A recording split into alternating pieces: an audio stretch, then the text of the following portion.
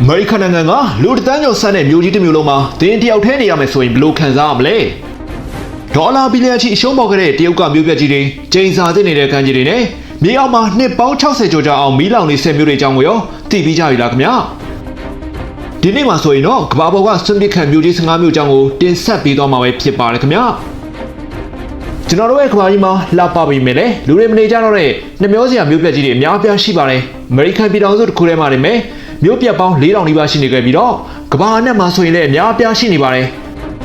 တင်းဟာဘယ်နေရာမှာပဲရှိစူညံတဲ့အိမ်ကြီးတွေကင်းဝေးပြီးတော့ဟောင်းနှမ်းပျက်စီးနေတဲ့ဒီမြို့တွေကတခုမှာအိမ်ငါးကလုံးဝပေးစရာမလိုဘဲနဲ့နေထိုင်နိုင်မဲ့အခွင့်အရေးကောင်းတွေရှိနေပါတယ်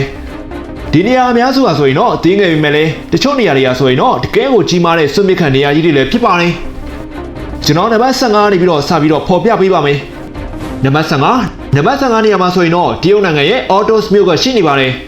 တရုတ်နိုင်ငံဟာပြီးခဲ့တဲ့ဆယ်စုနှစ်နိုင်ငံတို့မှာအများကြီးကြုံတွေ့ခဲ့ရပါတယ်လူဦးရေအများစုဟာတိုးတောင်းလာတဲ့ကာလတို့မှာမယုံနိုင်လောက်အောင်မြန်ဆန်တဲ့စီးပွားရေးတိုးတက်မှုတွေကိုမြင်တွေ့ခဲ့ရပါတယ်ဒါပေမဲ့ကံမကောင်းစွာနဲ့ပဲလူတိုင်းကတော့အဲ့ဒီအချိန်ဟုန်ကိုမမီခဲ့ကြပါဘူးအဲ့ဒီထဲမှာဆိုရင်တော့အချို့သောမြို့ပြနဲ့မြို့ရွာတွေလည်းပါဝင်ပါတယ်တရုတ်နိုင်ငံရဲ့ Autos မြို့ဟာလူဦးရေတန်းကျော်ဆန်အောင်2000ပြည့်နှစ်အစောပိုင်းမှာဒီမြို့လုံးကိုတည်ဆောက်ခဲ့တာဖြစ်ပါတယ်ဒါပေမဲ့ဒီနေ့ညမှာတင်းသာအဲ့ဒီလမ်းမတွေပေါ်မှာကားမောင်းသွားခဲ့မယ်ဆိုရင်တော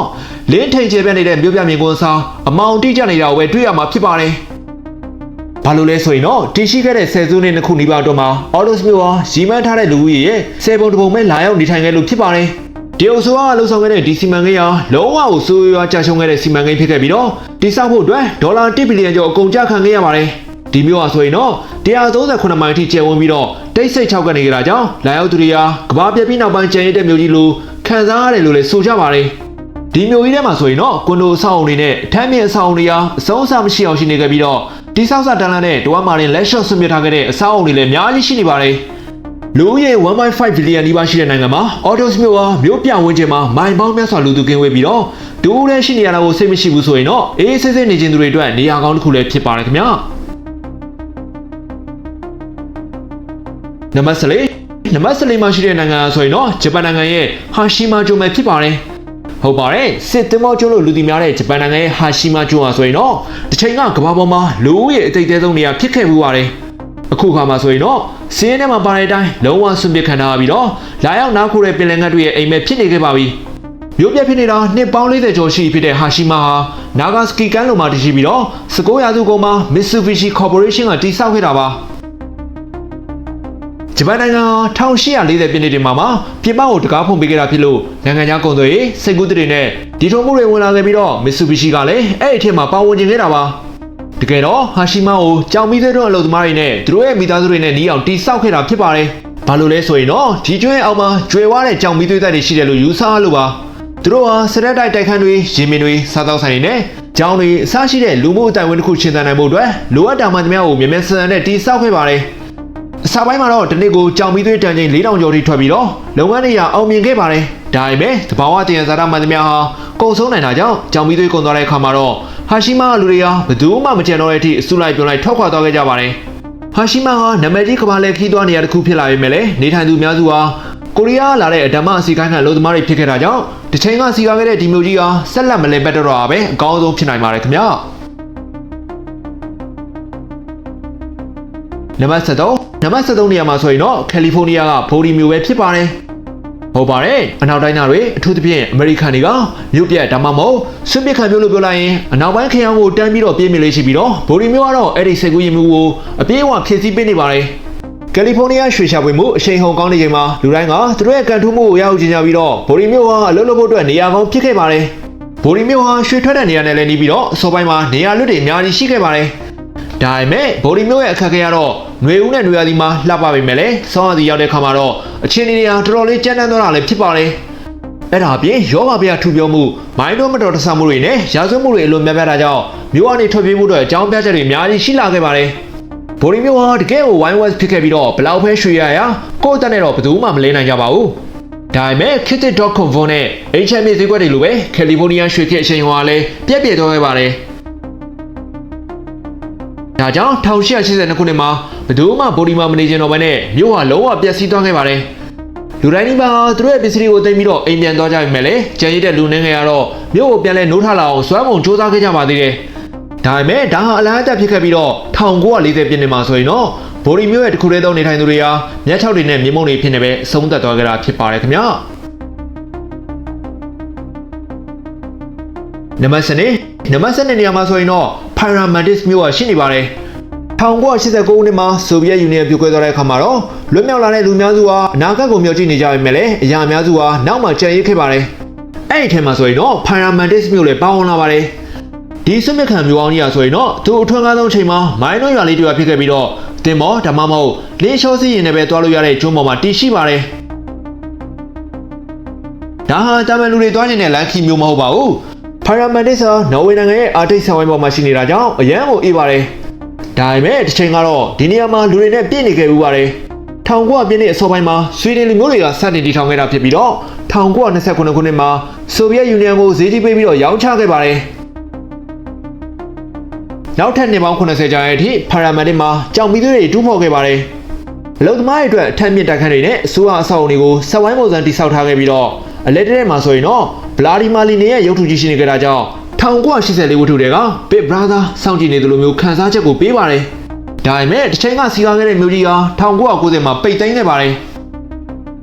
ဘာလို့လဲဆိုရင်တော့ကြောင်မီးသွေးမရှိတော့ရင်အလုံးမရှိတော့ဘဲနဲ့အလုံးမရှိရင်လူတွေလည်းမရှိတော့လို့ပဲဖြစ်ပါတယ်။ဒီမျိုးကြီးမှာနေထိုင်သူအားလုံးဟာဆိုရင်တော့2000ပြည့်နှစ်မတိုင်ခင်လေးမှာထွက်ခွာသွားခဲ့ကြပြီးတော့သူတို့ရဲ့အိမ်တွေကိုတော့ငှက်တွေဖြန့်တွေနဲ့တခါတရံဝင်လာတတ်တဲ့ဝင်ရိုးစုံဝင်နေစီကိုလွှဲပြောင်းပေးခဲ့ရတာလည်းဖြစ်ပါတယ်ခင်ဗျာ။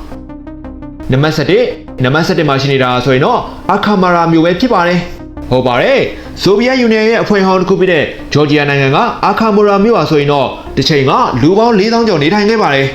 ဒါပေမဲ့အခုသွားကြည့်လိုက်မယ်ဆိုရင်တော့အဲ့ဒီလူဦးရေအနေငယ်ပဲတွေ့ရမှာဖြစ်ပါတယ်လူအများစုဟာစစ်မြစ်ခံမြို့ကြီးကိုလာကြည့်ကြတဲ့ကမ္ဘာလှည့်ခီးသည်တွေပဲဖြစ်ပါတယ်အခါမာရာမြို့ဟာဆိုရင်လည်းကြီးမားတဲ့မိုင်းလုံးမြို့ကြီးဖြစ်ခဲ့ပေမဲ့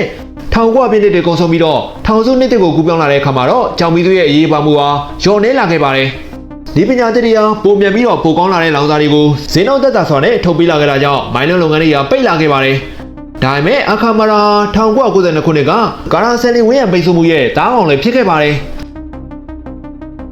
သူတို့ဟာထောက်ပံ့ရေးနဲ့လုံးဝပြတ်တောက်သွားခဲ့တာကြောင့်မြို့ရဲ့အခြေခံလိုအပ်ချက်တွေကို400ရက်တိုင်တိုင်ရဟတ်ရင်နဲ့ပို့ပေးခဲ့ရပါတယ်။ဒါဟာဒီမြို့ရဲ့ညီကုန်းအစပဲဖြစ်ပါတယ်။အဆောက်အအုံများစုဟာဆိုရင်တော့ရှိနေသေးဖြစ်ပေမဲ့လည်းအိမ်တိမ်မှာလူအနေနဲ့စီပဲကြန့်ရှိမှာတော့တယ်မြို့ရဲ့အခြေခံအဆောက်အအုံတွေကိုတော့ဆယ်စုနှစ်ပေါင်းများစွာလစ်လျူရှုခဲ့တာကြောင့်အချိန်မီပြိုကျတော့မဲ့ပုံစံမျိုးဖြစ်နေခဲ့ပါပြီဒီနေရာကိုပန်းပင်မျိုးဖြစ်နေပြောင်းမယ်ဆိုတဲ့ကောလာဟလာတွေနိုင်ငံထဲမှာထွက်ပေါ်ခဲ့ပေမဲ့လည်းငွေကြေးရရှိဖို့နဲ့ဖြစ်လာနိုင်ခြင်းကတော့လုံးဝမရှိသလောက်ပဲဖြစ်ပါတယ်ခင်ဗျာနံပါတ်10မှာရှိနေတဲ့မြို့ဟာဆိုရင်တော့ဟူထူဝမ်မြို့ပဲဖြစ်ပါတယ်အရာအလုံးကတော့စိတ်ပြက်စရာတွေကြီးမဟုတ်ပါဘူးအစိမ်းရောင်ကြီးရွာလို့လည်းသိကြတယ်ဟူထူဝမ်ရွာလေးရာဆိုရင်တော့တရုတ်နိုင်ငံရဲ့ Hobbit တွေနေတဲ့နေရာလိုမျိုးပါပဲဒါပေမဲ့လက်တွေမှာဆိုရင်တော့ရှန်ဟိုင်းမြို့ပြင်မိုင်40ကွာမှာရှိတဲ့ဆွမြစ်ခံမျိုးအောင်လေးပဲဖြစ်ပါတယ်ဟူထူဝမ်မှာဆိုရင်တော့တစ်ချိန်ကငါးဖန်သမားတွေနဲ့သူတို့ရဲ့မိသားစုဝင်2000ကျော်နေထိုင်ခဲ့ရမယ်လေ1990ပြည့်နှစ်မှာဆိုရင်တော့လူတွေအစုလိုက်ပြောင်းလိုက်ထွက်ခွာသွားကြပါတယ်စိတ်မကောင်းစရာကတော့သူတို့ဟာတရုတ်နိုင်ငံရဲ့အချိန်ဟုန်နဲ့တိုးတက်လာတဲ့ငါးလုပ်ငန်းရဲ့လိုအပ်ချက်ကိုမဖြည့်ဆည်းနိုင်တော့တဲ့အကြောင်းပို့ပြီးတော့တင့်တော်တဲ့အလုပ်ကံရဖို့အတွက်ပြည်မကြီးစီကိုပြောင်းရွှေ့သွားကြပါတယ်ဒါဟာနိုင်ငံရဲ့တင်းငယ်တဲ့ရွာလေးတွေမှာဖြစ်ဖြစ်တာရှိတဲ့အရာပဲဖြစ်ပါတယ်1994မှာလူအလုံးဒီမှာထွက်သွားတဲ့အခါမှာဆိုရင်တော့တဘာတရားဟာစတင်သိမ်းပိုက်ခဲ့ပါတယ်ဇိလန်ဆိုပြလာတဲ့ຫນွေပင်တွေဟာအိမ်တွေကိုဘလို့ပစ္စည်းနဲ့စောက်ထားသလဲဆိုတာတော့မမြင်ရတော့တဲ့အထိဖုံးအုပ်သွားခဲ့ပါတယ်ဒါပေမဲ့ကျန်းရစ်ခဲ့တဲ့ရွာသားနိုင်ငံကတော့ဟူထူဝမ်ရွာကိုအကြီးကျယ်နာမည်ကြီးတဲ့ကမ္ဘာလှည့်ခီးသွားနေရာတစ်ခုဖြစ်နေပြောင်းလဲနိုင်ခဲ့ပါတယ်ဒီလိုနေရာမျိုးတော့တခြားပင်နေရာမှာရှာတွေ့နိုင်မှာမဟုတ်ပါဘူးခင်ဗျာနံပါတ်9နေရာမှာဆိုရင်တော့ခိုမန်စကော့မြို့ကတည်ရှိနေပါတယ်ဒီမျိုးတော့ Instagram ဒီမှာခဏခဏတွေ့ဘူးမှာပါဒါဟာတဘောတရားကလူသားတွေရဲ့လက်ရာကိုပြန်လည်သိမ်းပိုက်လိုက်တဲ့အော်စရာအကောင်းဆုံးမြင်ကွင်းတွေတစ်ခုလည်းဖြစ်ပါတယ်ဒီမျိုးလေးဟာအာဖရိကတောင်ပိုင်းကနဗီမီယာသဲကန်နာထဲမှာတည်ရှိပြီးတော့သူ့ရဲ့သမိုင်းကြောင်းကလည်းအကျွမ်းတဝင်ရှိလာပါတယ်1908ခုနှစ်မှာဆိုရင်တော့ယထာလန်အလုပ်သမားတယောက်ဟာတန်လန်းပေါ်ဝါတဲတွေကိုရှင်းရင်စိန်တွေကိုတွေးရှိခဲ့ရနေပြီးတော့စတင်ခဲ့ပါတယ်သူကစိန်တွေကိုကိုယ်တိုင်မီဝဲနဲ့အလုပ်ရှင်ကိုပြပြခဲ့ရမယ်လေအလုပ်ရှင်ဟာစိန်တွေကိုယူလိုက်ပြီးတော့ရရှိခဲ့တဲ့အလုပ်သမားကိုဆုလက်တောင်မပေးခဲ့ပါဘူးအဲဒီနောက်မှာဆိုရင်တော့သတင်းတွေပြန်သွားခဲ့ပြီးတော့အကြီးအကျယ်စိန်တူးပေါ်တဲ့လုပ်ငန်းတွေဖြစ်လာခဲ့ပါတယ်၄နှစ်အတွင်းမှာပဲဒီမျိုးကြီးဟာဒီနှစ်ကိုစိန်ခါရက်တန်းပေါင်းများစွာထုတ်လုပ်နိုင်ခဲ့ပြီးတော့ကမ္ဘာစိန်ထွက်နှုန်းရဲ့12%အထိရှိခဲ့ပါတယ် အရင်ကဗလာဖြစ်ခဲ့တဲ့တဲကန်နာကြီးဟာဆိုရင်တော့အိမ်တွေစားတိုင်းတတ်သက်ဆိုင်မုံတိုင်နဲ့ရေကမ်းမောက်ဆန်အောင်တွေပါရှိတဲ့အစီကားသုံးနေရာကြီးဖြစ်လာခဲ့ပါတယ်။များသောအားဖြင့်ငွေရှိတဲ့နေရာမှာလောဘရှိပါတယ်။မြို့ရဲ့ထိချုံမှုနဲ့မိုင်းတို့ဝင်ငွေများစုဟာဂျာမန်ကုမ္ပဏီတစ်ခုစီကိုရောက်သွားခဲ့ပြီးတော့အလုပ်သမားတွေကိုလောအားကအနေငယ်ပဲပေးခဲ့ပါတယ်။အဲဒီအချိန်မှာဒီနေရာရဲ့အခြေအနေဟာအရန်ဆိုးရခဲ့ပြီးတော့လူတွေအရန်များလာခဲ့ပြီမဲ့လေနေရာဟာမလုံလောက်ခဲ့ပါဘူး။ဒီလိုနဲ့နောက်ဆုံး1930ပြည့်နှစ်တွေမှာဆိုရင်တော့စိန်ကုန်သွားတဲ့အခါမှာတော့ဆွန့်ပစ်ခံခဲ့ရပါတယ်။ဒါပေမဲ့ဒီလူသားတွေရဲ့လောဘနဲ့ကောင်းမွန်ဖြတ်မှုတွေရဲ့အကျွမ်းကျန်နေနေဆိုရင်တော့အခုခါမှာဆိုရင်တော့ဒီနာမည်ကြီးလာတဲ့မြို့ကြီးအောင်ဆွန့်ပစ်ခံမြို့အနေနဲ့တည်ရှိနေတော့လည်းဖြစ်ပါတယ်ခင်ဗျာနံပါတ်၈အနေနဲ့ဆိုရင်တော့ဘုံမေကမ်းကြီးပဲဖြစ်ပါတယ်ဟုတ်ပါတယ်ကယ်လီဖိုးနီးယားမှာတစ်ချိန်ကအစီကားဆုံးအပန်းဖြေမြို့ဖြစ်ခဲ့ပေမဲ့လည်းအခုခါမှာဆိုရင်တော့ဘာမှမရှိတဲ့နေရာတစ်ခုဖြစ်သွားခဲ့ပါပြီဘုံမေကမ်းကြီးကအနည်းဆုံးနေရာနဲ့တောင်မိုင်40ဝေးတဲ့နေရာမှာတည်ရှိပါတယ်1900ပြည့်နှစ်အစောပိုင်းမှာကော်လိုရာဒိုမြစ်ရေကိုကယ်လီဖိုးနီးယားကဒဲကန်ဒန်ယာဧရိယာတွေကိုလွှဲလဲရကနေပြီးတော့ဆယ်ထွန်စီးဆိုတဲ့အိုင်ကြီးဖြစ်လာခဲ့ပြီးတော့ကမ်းခြေအင်အားတွေကိုချက်ချင်းတိစောက်ခဲ့တာပါဘုံမေကမ်းကြီးကနေထိုင်ဖို့အကောင်းဆုံးနေရာဖြစ်လာခဲ့ပေမဲ့လည်းမြို့သစ်နဲ့တူစိုက်ပျိုးရေးလုပ်ငန်းတွေပေါင်းလာခဲ့ပြီးတော့ပိုးသက်စီတွေကလည်းရေထဲကိုဝင်ကုန်ပါတယ်ဒါကြောင့်ရင်းနေသတ္တဝါတွေကအကုန်လုံးဒီပါတည်ဆုံးကုန်ပါတယ်ငါးသေးတွေကကမ်းပေါ်တင်လာခဲ့ပြီးတော့ကမ်းကြီးကျိန်သာတဲ့သူလိုဖြစ်သွားခဲ့ပါတယ်ဒါကြောင့်စီးပွားရေးတွေပြတ်ကုန်ပြီးတော့လူတွေကလာမလဲတော့ပါဘူးဒီနေ့မှာဆိုရင်တော့ဘုံမေကမ်းကြီးကဘာပြက်ပြီးနောက်ပိုင်းကျန်ရတဲ့မြို့ပြက်ကြီးလိုဖြစ်နေပါတယ်ငါးရိုးစုတွေနေရာနဲ့မှာပြက်ကျင်းနေပြီးတော့ရေဟာဆိုရင်လည်းအညူရောင်ပြောင်းကအနမ်းသက်တွေကလည်းအလုံးကိုစိုးရလာပါတယ်ကမ်းခြေမှာရှိနေတာကတော့ဒဲတွေမဟုတ်ဘဲနဲ့ငါးရိုးစုတွေပဲဖြစ်ပါတယ်ဒါကြောင့်အဲ့ဒီကိုရောက်သွားခဲ့မယ်ဆိုရင်တော့ကားပေါ်ကမစင်မနဲ့မှန်တင်ထားဖို့ပဲကြံပေးပြစေခင်ဗျာနံပါတ်9မှာရှိနေတဲ့မြို့ဟာဆိုရင်တော့တရုတ်နိုင်ငံရဲ့ဒရန်ဒူချမ်းမြို့ပဲဖြစ်ပါတယ်ဟုတ်ပါတယ်တရုတ်နိုင်ငံမှာအောင်မြင်တဲ့အခြေခံအဆောက်အအုံတွေရှိသလိုသူတို့ไม่ပြစ်ချင်ခဲ့တဲ့ကြာရှုံးမှုတွေလည်းရှိပါတယ်အဲ့ဒီထဲကတစ်ခုဟာဆိုရင်တော့ခေါင်းငင်မြို့နယ်လို့ခေါ်တဲ့ဒရန်ဒူချမ်းမြို့ပဲဖြစ်ပါတယ်တရုတ်နိုင်ငံဟာ2009ခုနှစ်မှာဘာလီမြို့ကိုပေါ်တူကူဖို့ရည်ရွယ်ပြီးတော့စတင်တည်ဆောက်ခဲ့တာဖြစ်ပါတယ်ဘီတုကလာရီမကပဲနဲ့မြို့လယ်မှာဆိုရင်တော့354ပေမြင့်တဲ့အီဖယ်မြို့စဉ်တူလက်စင်မတ်ဝင်းတွေကရေပန်းပုံတူနဲ့ပြင်သစ်ပုံစံကစားဝတ်တွေပါထည့်သွင်းထားပါတယ်ဘာလို့တည်ဆောက်ခဲ့တာလဲဆိုရင်တော့တရုတ်ကနေမထွက်ဘဲနဲ့ဥရောပယဉ်ကျေးမှုကိုခန်းစားနိုင်အောင်လုပ်ခဲ့တာဖြစ်ပါတယ်လူပေါင်း1000ကျော်ဆက်အောင်တည်ဆောက်ခဲ့ရမယ်လေအခုထိတော့အဲ့ဒီလူကြီးကိုမရောက်ရှိသေးပါဘူးဒီမြို့ဟာရေဘူးအားဖြင့်ဆွန့်ပစ်ခံထားရပေမဲ့လေလူ2000ခန့်တော့ရှိနေပါသေးတယ်အဲ့လူတွေကဆိုရင်တော့ဒီကစားကုန်းမှာလှုပ်လှုပ်သူတွေလို့ဆိုပါတယ်ဘာလို့လူတွေမလာကြတာလဲဆိုရင်တော့စီမံကိန်းညံဖြစ်လို့ပဲဖြစ်ပါတယ်ဒရန်ဒူချမ်းမြို့ကိုတောမြို့လေးတစ်မြို့ရဲ့အလယ်မှာတည်ဆောက်ထားဖြစ်ပြီးတော့မြို့ကြီးတွေနဲ့အလံဝေးလို့ပါတယ်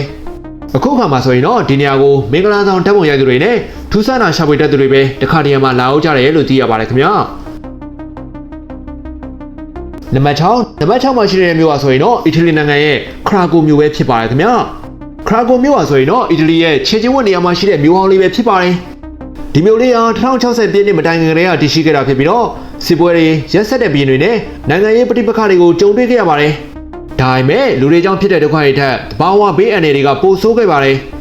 1800ပြည့်နှစ်ကုန်မှာငလင်တွေရေကြီးမှုနဲ့မြေပြိုမှုတွေကြောင့်လူတွေစတင်ထွက်ခွာခဲ့ကြပါတယ်1963ခုနှစ်မှာဆိုရင်တော့လူပေါင်း1800ပဲကျန်တော့တဲ့အခါမှာသူတို့ရဲ့ဘေးကင်းလုံခြုံရေးအတွက်မြို့သစ်စီကိုအတင်းကျပ်ပြောင်းရွှေ့ခိုင်းခဲ့ပါတယ်ဒါပေမဲ့လမ်းတွေနဲ့အဆောက်အအုံတွေကတော့ရှိနေဆဲပဲဖြစ်ပါတယ်ခုခါမှာဆိုရင်တော့ခရာကိုမြို့ဟာကမ္ဘာလက်ခီးတဲ့တွေမကဘဲနဲ့ခွန်တန်အော့ဆိုလစ်နဲ့ The Passion of the Christ လိုရုပ်ရှင်ကြီးတွေရဲ့ရိုက်ကွန်းဖြစ်နေအသုံးချခံနေရတဲ့နာမည်ကြီးမြို့ပြကြီးလည်းဖြစ်နေတာဖြစ်ပါတယ်ခင်ဗျာနံပါတ်5မှာရှိနေတာဆိုရင်တော့ထိုင်ဝမ်နိုင်ငံရဲ့ဆန်ဂျီပေါ့စီတီပဲဖြစ်ပါတယ်ဂျိုးသားတွေရှိမရှိကိုတော့မသိရသေးပေမဲ့လည်းထိုင်ဝမ်ကဆန်ဂျီပေါ့စီတီကိုရောက်ခဲ့မယ်ဆိုရင်တော့သင်ဟာတန်တရားဝင်လာပါလိမ့်မယ်ဒီ UFO ပုံစံအိမ်လေးတွေကို1988မှာချမ်းသာတဲ့ထိုင်ဝမ်သားတွေနဲ့အမေရိကန်စစ်ဗိုလ်အရာရှိတွေအတွက်အပန်းဖြေစကန်ပြည့်နဲ့စတင်ဆောက်လုပ်ခဲ့တာဖြစ်ပါတယ်ပုံစံကတော့1980ပြည့်နှစ်တုန်းကခေတ်အမီဆုံးပုံစံပဲဖြစ်ပါတယ်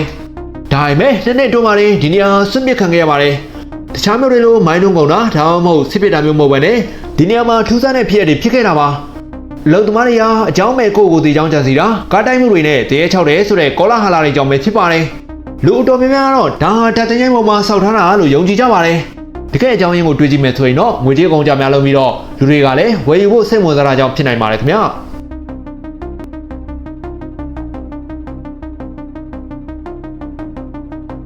နံပါတ်4မှာရှိတဲ့မြို့ဟာဆိုရင်တော့ထရီကီနိုင်ငံရဲ့ Bash Everbest မြို့ပဲဖြစ်ပါတယ်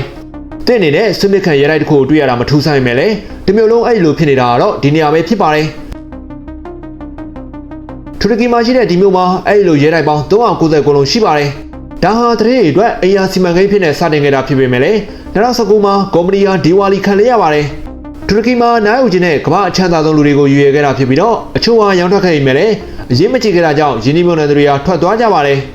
ဒါကြောင့်ပဲကုမ္ပဏီဟာဒေါ်လာ25သန်းအကျွေးတင်သွားခဲ့ပြီးတော့တူရကီအစိုးရရဲ့အိမ်ယာစီမင်းတွေနဲ့လည်းမကိုင်ညီတော့တာကြောင့်ဒီတိုင်းပဲကြံရည်နေတာဖြစ်ပါတယ်သူတို့ကတော့အလုံး100လောက်ထည့်ရောင်းရင်အကျွေးတင်မယ်လို့မျှော်လင့်နေဆဲဖြစ်ပါတယ်ဒီနေရာမှာဆိုရင်တော့ရဲတိုက်တစ်လုံးကိုဒေါ်လာ2သိန်းခွဲလောက်တန်ရင်ပဲလေအပန်းပေစတာရင်းနဲ့တူရကီရေချိုးကနေပါတဲ့ဒီမျိုးကြီးอ่ะဆိုရင်တော့ဘယ်သူမှလာနေမှာမဟုတ်တော့ပါဘူးခင်ဗျာနံပါတ်3မှာရှိတဲ့မျိုးอ่ะဆိုရင်တော့ Pennsylvania မှာရှိတဲ့ Centralia မျိုးပဲဖြစ်ပါတယ် Centralia ဆိုရင်တော့အချိန်ကနေချင်စရာကောင်းတဲ့မိုင်းတို့မျိုးလေးပဲဖြစ်ပါတယ်လောက်ကန်နေပေါ်ပြပေးမယ်လေ1962ခုနှစ်မှာမြို့အောင်မှာရှိတဲ့ကြောင်မီသွေးတို့မီလောင်ကနေအရာအလုံးဟာပြောင်းလဲသွားပါတယ်အဲ့ဒီမီဟာရေလောင်ပြီးတော့ငြိမ်းလို့ရတဲ့မီမျိုးမဟုတ်ပါဘူးအခုခါမှာဆိုရင်တော့မီလောင်နေတာဟာနှစ်ပေါင်း60ရှိခဲ့ပြီဖြစ်ပြီးတော့နောက်ထပ်နေတဲ့နှစ်ပေါင်း150နီးပါးဆက်လက်လောင်ကျွမ်းနေဦးမှာဖြစ်ပါတယ်ဒါဟာဘာကြောင့်ဖြစ်ခဲ့တာလဲဆိုရင်တော့အမိုက်ပုံကိုရှင်းဖို့ကြိုးစားနေစတင်ခဲ့တာဖြစ်ပါတယ်မြေအောက်ကနေစိတ်ငွေတွေထွက်လာခဲ့ပြီးတော့မြေကျွန်းမှုတွေဖြစ်ခဲ့တာကြောင့်လူတွေဟာထွက်ခွာသွားကြပါတယ်အချို့ဟာဆိုရင်တော့မထွက်ဘဲနေခဲ့ကြပေမဲ့လည်းသူတို့ဟာတည်ဆုံးသွားခဲ့မယ်ဆိုရင်တော့မြေကိုအစိုးရလက်ထက်အပ်ဖို့သဘောတူခဲ့ရပါတယ်1992ခုနှစ်မှာဆိုရင်တော့အစိုးရမြို့ကိုပေးလိုက်ပါတယ်အခုခါမှာဆိုရင်တော့ဒီမြို့ဟာမြို့ပြက်ဖြစ်နေပြီမဲ့လေသူတို့ဖျက်သွားတဲ့လမ်းမကြီးပေါ်မှာဆိုရင်တော့ပကြီးတွေနဲ့အနုပညာတွေခြေတာပြီးတော့တောက်ဝင်နေဆဲပဲဖြစ်ပါတယ်ဒါပေမဲ့လေ2019ခုနှစ်မှာဆိုရင်တော့ဒီမြို့ကြီးမှာလူ9ယောက်ပဲကျန်ရှိတော့တာဖြစ်ပါတယ်ခင်ဗျာနံပါတ်1မှာရှိတဲ့မြို့ကဆိုရင်တော့ကယ်လီဖိုးနီးယားကကယ်ဆိုမြို့ပဲဖြစ်ပါတယ်ဟုတ်ပါတယ်ကိုထက်ငယ်ပြီးတော့ဒီထွန်ဆက်တဲ့သူတွေပေါ်လာတဲ့အခါမှာဆိုရင်တော့ကိုဟာဟောင်းနှန်းသွားရပါတယ်အဲ့ဒါကတော့ယထာအင်ဂျင်တွေရဲ့ဖြစ်ရပဲဖြစ်ပါတယ်ကယ်ဆိုမြို့ကို1905ခုနှစ်မှာတည်ထောင်ခဲ့ပြီးတော့လူပေါင်း2000နေထိုင်ခဲ့ပါတယ်သူတို့ဟာယထာလန်းမိုင်းတို့နဲ့တန်ထုတ်လို့ရေးမှာလှုပ်ကြတာပါအထူးသဖြင့်ဆိုရင်တော့ရင်းနှီးငွေသုံးယထာတွေပြပင်ထိတဲ့နေရာမှာပဲဖြစ်ပါတယ်ဒါပေမဲ့ပထမကမ္ဘာစစ်အတွင်းမှာဒီဇယ်အင်ဂျင်တွေပေါ်လာတဲ့အခါမှာဆိုရင်တော့ရင်းနှီးငွေအင်ဂျင်တွေဟာအလုံးမရှိတော့ပဲဖြစ်သွားပါတယ်အဲ့ဒီအခါမှာဆိုရင်တော့အလုပ်သမားတွေကိုလည်းမလိုအပ်တော့ပါဘူးရထားတွေကလည်းအဲ့ဒီမျိုးမှာမရတော့တဲ့အခါမှာဆိုရင်တော့စီးပွားရေးဟာပြတ်သွားခဲ့ပါတယ်ဒီလိုနဲ့1985ခုနှစ်မှာဆိုရင်တော့လူကြီးဟာလုံးဝတုံညာဖြစ်သွားခဲ့ပါတယ်ဒါပေမဲ့အခုချိန်ထိတော့မြို့ဝိုင်းကြီးတွေမှာစာတိုင်းစံနေနဲ့အင်းဒီကိုတင်နေနဲ့လွတ်လွတ်လပ်လပ်သွားကြည့်နိုင်ပါသေးတယ်ခင်ဗျာနံပါတ်1မှာရှိနေတဲ့မြို့ဟာဆိုရင်တော့ဒါကမင်နစ္စတန်နိုင်ငံမှာရှိတဲ့အဲကာဘတ်မြို့ပဲဖြစ်ပါတယ်ဟုတ်ပါတယ်ဒါကမင်နစ္စတန်နိုင်ငံဟာဆိုဗီယက်ယူနီယံဝင်ဟောင်းဖြစ်ပြီးတော့တမရနေရာစောလက်ထက်မှာမြို့တည်ကြီးကို1992ခုနှစ်မှာတည်ဆောက်ခဲ့ပါတယ်ဆိုဗီယက်ရဲ့ဆွမ်းဆောင်ရည်ကိုကမ္ဘာကိုပြချင်တဲ့အတွက်အကောင်းစားစစ်ကျင်းကြောက်တွေနဲ့အဆောက်အုံ943လုံးကိုတည်ဆောက်ခဲ့ပြီးတော့ကမ္ဘာအကြီးဆုံးခြားရက်ကြီးတောင်ရှိပါတယ်ဒါပေမဲ့နိုင်ငံရဲ့ကျန်တဲ့နေရာတွေမှာဆိုရင်တော့လူတွေရဲ့တရံဟာအရန်ကိုတိုးနေပါတယ်အခုခါမှာဆိုရင်တော့ဒီမြို့ကိုလူသေးမြို့တော်လို့တောင်မှခေါ်နေကြပါတယ်ဘာကြောင့်လဲဆိုရင်တော့လူမရှိဘဲနဲ့ဗလာဖြစ်နေလို့ပါလူအများစုဟာမြို့ပြင်မှာနေကြပြီးတော့မြို့ထဲမှာဆိုရင်တော့လျှက်စစ်နဲ့ရေတောင်မရရှိပါဘူးဒီမြို့ကြီးဟာစစ်ကျင်းကြောက်တွေနဲ့လှပနေပေမဲ့လည်းအတွင်းထဲမှာဆိုရင်တော့ပေါင်မိုက်တဲ့လေဝက်ချက်တွေနဲ့ပြည့်နေနေပါတယ်ဒီမြို့ကြီးကိုခီးသွားနေလာလို့ရပေမဲ့လည်းစိတ်ပက်ပြီးတော့ပြန်သွားကြတာများတယ်လို့သိရပါတယ်ခင်ဗျာဟုတ်ကဲ့ပါခုဖော်ပြပေးကြတာဆိုရင်တော့ကဘာပေါ်ကထူးခြားတဲ့နမျိုးစရာမြို့ပက်ကြီးတွေအကြောင်းပဲဖြစ်ပါတယ်ဒီမြို့ပက်ကြီး15မြို့ထဲမှာတင်တာဆိုရင်ဘယ်မြို့မှာသွားပြီးတော့စွန်သားကန်းဖွင့်နေမှာလဲဒါမှမဟုတ်တင်သိထားတဲ့တခြားထူးခြားတဲ့မြို့ပက်တွေရှိသေးမယ်ဆိုရင်လည်းခွန်မှတ်မှာရေးပေးခဲ့လို့ရပါတယ်ခင်ဗျာဒီလိုမျိုးကဘာတဝမ်းကထူးခြားတဲ့နေရာတွေနဲ့ဘုဒ္ဓရာတွေကိုနေတိုင်းသိကျင်နေဆိုရင်တော့ကျွန်တော်တို့ရဲ့ Golden Pages လေးကို Subscribe လုပ်ထားဖို့တော့လည်းမမေ့ပါနဲ့ဦးခင်ဗျာကြည့်ရှုအားပေးတဲ့အတွက်ကျေးဇူးတင်ပါတယ်ခင်ဗျာ